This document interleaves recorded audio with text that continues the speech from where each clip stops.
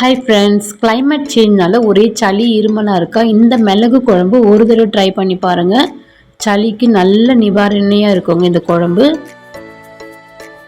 கடாயில் நல்லெண்ணெய் சேர்த்துருக்கேன். வெந்தயம் கொஞ்சமாக சேர்த்து, துவரம்பருப்பு 2 ஸ்பூன், தனியா 3 ஸ்பூன் சேர்த்து நல்லா வதக்குங்க. வதங்கினதும் கருவேப்பிலை நல்லா தாராளமாக சேர்த்து அதையும் வதக்குங்க. இப்போ மிளகு ஒரு 3-4 ஸ்பூன் சேர்த்து 2 நிமிஷம் வதக்குனா போதுங்க. இப்போ மிக்சியில் இதை இந்த பதத்தில் அரைச்சிக்குங்க. நல்லெண்ணெய் சேர்த்து கொஞ்சமாக வெந்தயம், 2 ஸ்பூன் துவரம்பருப்பு, கடுகு, காஞ்ச மிளகாய் சேர்த்து வதங்கினதும் புளி தண்ணி சேர்த்துக்குங்க. இப்போ இது கூட கருவேப்பிலை, மஞ்சள் பொடி, தனியாத்தூள், மிளகாத்தூள், தேவையான உப்பு சேர்த்து நல்லா கொதிக்க விடுங்க.